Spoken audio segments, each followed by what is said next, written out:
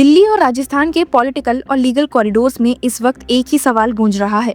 क्या supreme court ने अरावली को बचाने के लिए जो प्रोसेस शुरू किया था वही आखिरकार अरावली के लिए सबसे बड़ा खतरा बन गया? क्या इस वक्त स्टेट में हो रहे प्रोटेस्ट और slogan campaigns to protect Aravalli के लिए सुप्रीम कोर्ट जिम्मेदार है? सवाल ये उठता है कि कैसे सुप्रीम कोर्ट का एक ऑर्डर प्रोटेक्शन के बजाय मास प्रोटेस्ट और एजिटेशन में बदल गया है। आइए जानते हैं। आपको बता दूं कि इंडिया के सबसे पुराने माउंटेन रेंज पर आई सुप्रीम कोर्ट की जुडिशियल डेफिनेशन सिर्फ एक टेक्निकल क्लैरिफिकेशन नहीं है, बल्कि एक ऐसा डिसीजन है जिसके इकोलॉजिकल, कॉन्स्टिट्यूशनल और मॉरल कॉन्सिक्वेंसेस पर देश भर में बहस छिड़ चुकी है। कॉमन सिटीजन्स तो प्रोटेस्ट कर ही रहे हैं, लेकिन राजस्थान के former chief minister Ashok Gehlot ने भी सुप्रीम कोर्ट के इस डिसीजन को सीधा इकोलॉजिकल डिजास्टर का ब्लूप्रिंट बता दिया। उन्होंने कहा, the Aravalli is not just a mountain range for Rajasthan, it is a protective shield. Minister Gehlot का कहना है कि 100 मीटर थ्रेशोल्ड का मतलब ये है कि राजस्थान के लगभग 90% अरावली फॉर्मेशंस एक ही स्ट्रोक में लीगल प्रोटेक्शन से बाहर हो जाएंगे। उनके शब्दों में, this decision is a red carpet for illegal mining and a direct invitation to environmental destruction. अब थोड़ा आसान भाषा में समझते हैं कि पूरा मामला क्या है। दरअसल दर्शकों, सुप्रीम कोर्ट का नवंबर 21 का रूलिंग, जो बाद में डिटेल ऑर्डर के रूप में सामने आया, कहता है कि सिर्फ वही लैंडफॉर्म्स जो अपने आसपास के टेरेन से 100 मीटर्स या उससे ज्यादा ऊपर उठते हैं अरावली हिल्स कहलाएंगे, और अगर ऐसे हिल्स 500 मीटर के रेडियस में क्लस्टर बनाते हैं तो वो अरावली रेंज का हिस्सा होंगे। ये डेफिनेशन सेंटर की तरफ से रिकमेंड की गई थी, एक कमेटी के थ्रू, जिसमें union ministry of environment, forest and climate change, forest survey of India, geological survey of India and central empowered committee शामिल थे। कोर्ट ने इस डेफिनेशन को एक्सेप्ट कर लिया और यहीं से कंट्रोवर्सी शुरू हो गई। क्रिटिक्स का कहना है कि ये सिर्फ लीगल और पॉलिटिकल रिटोरिक नहीं है। फॉरेस्ट सर्वे ऑफ इंडिया के डाटा के मुताबिक अरावली लैंडस्केप में मैप किए गए 12,081 हिल्स में से सिर्फ 1,048 हिल्स ही 100 मीटर एलिवेशन क्राइटेरिया को मीट करते हैं, यानी सिर्फ 8.7%। बाकी 91% हिल्स, जिसमें छोटी पहाड़ियां, मॉन्ट्स, रिजेस और रॉकी आउटक्रॉप शामिल है, एक झटके में अरावली की लीगल डेफिनेशन से बाहर हो जाते हैं। एक्सपर्ट्स इसी बात को लेकर कह रहे हैं कि सुप्रीम कोर्ट ने एक टेक्निकल डेफिनेशन के जरिए एक लिविंग इकोसिस्टम को टुकड़ों में तोड़ दिया है। अशोक गहलोत का आर्ग्यूमेंट भी यही है कि अरावली को सिर्फ हाइट से डिफाइन करना साइंटिफिक और इकोलॉजिकल दोनों ही नजरिए से फ्लॉड है। उन्होंने कहा है, narrowing the definition amounts to a death sentence for nearly 90% of Rajasthan's hills। उनका कहना है कि छोटी पहाड़ियां भी डस्ट स्टॉर्म्स को रोकने, डिजर्टिफिकेशन को स्लो करने और ग्राउंड वाटर रिचार्ज में क्रिटिकल रोल प्ले करती है। मिनिस्टर गहलोत ने कहा, experts have pointed out that even hills measuring 10 to 30 metres are effective in checking dust storms. Opposition के लीडर टीकाराम जूली ने भी सुप्रीम कोर्ट की रूलिंग पर शार्प रिएक्शन दिए हैं।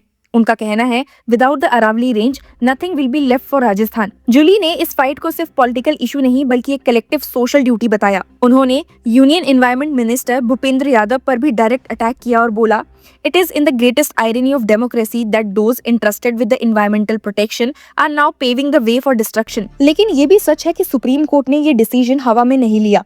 कोर्ट के सामने पिछले कई सालों से अरावली माइनिंग को लेकर लीगल क्योस था।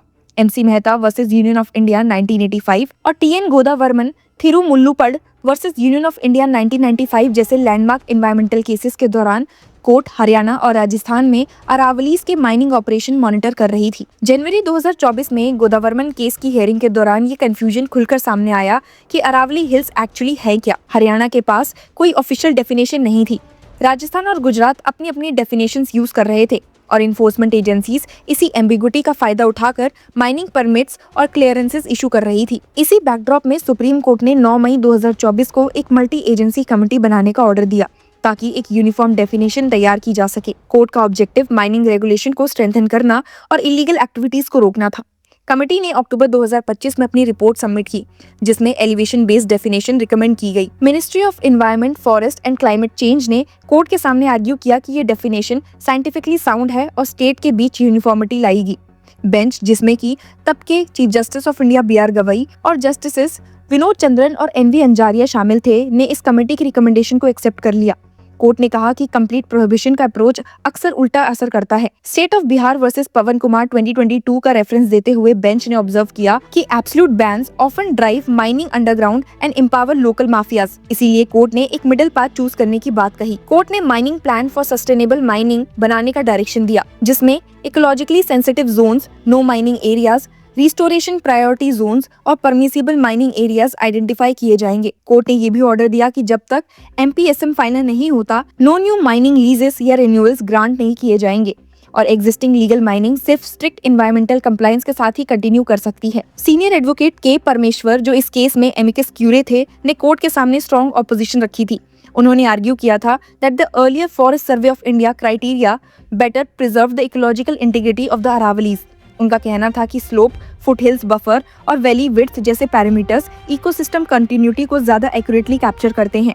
उन्होंने वार्निंग भी दी थी that the 100 metre threshold will exclude smaller hill feature and break the continuity of the range. अब इसी पॉइंट पर सुप्रीम कोर्ट को ब्लेम किया जा रहा है। क्रिटिक्स के मुताबिक जब कोर्ट एनवायरमेंट प्रोटेक्शन के केसेस में प्रिकॉशनरी प्रिंसिपल और इंटरजेनरेशनल इक्विटी जैसे डॉक्ट्रिन अप्लाई कर रही है, तो फिर यहाँ एक ऐसी डेफिनेशन क्यों एक्सेप्ट की गई जो प्रोटेक्शन को नैरो कर देती है।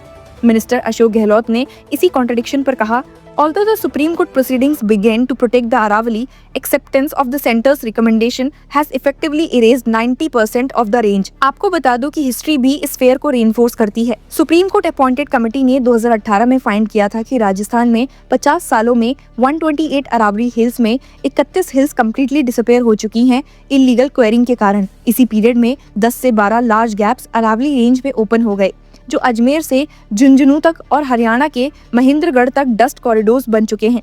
एक्सपर्ट्स कहते हैं कि इसी वजह से थार डेजर्ट की डस्ट दिल्ली NCR तक पहुंच रही है और एयर पॉल्यूशन वर्सन हो रहा है।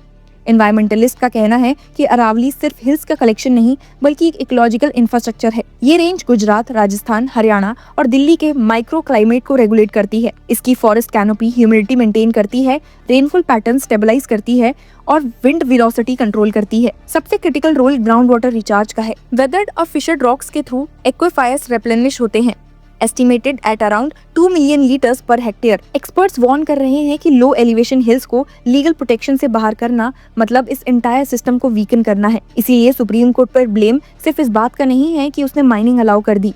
ब्लेम ये है कि एक जुडिशली इंडोर्स डेफिनेशन फ्यूचर के लिए एक डेंजरस प्रेसिडेंट बन सकती है, जहां इकोलॉजिकल वैल्यू को सिर्फ मेजरेबल हाइट से जज किया जाएगा। क्रिटिक्स कहते हैं कि कल को वेटलैंड्स, मैनग्रूव्स और ग्रासलैंड्स के लिए भी ऐसे ही नैरो क्राइटेरिया लाए जा सकते हैं। कोर्ट ने अपने ऑर्डर में मैपिंग और साइंटिफिक डिमार्केशन की बात की है, लेकिन जब तक वो एक्सरसाइज कंप्लीट होगी तब तक एडॉप्टेड डेफिनेशन बाइंडिंग रहेगी।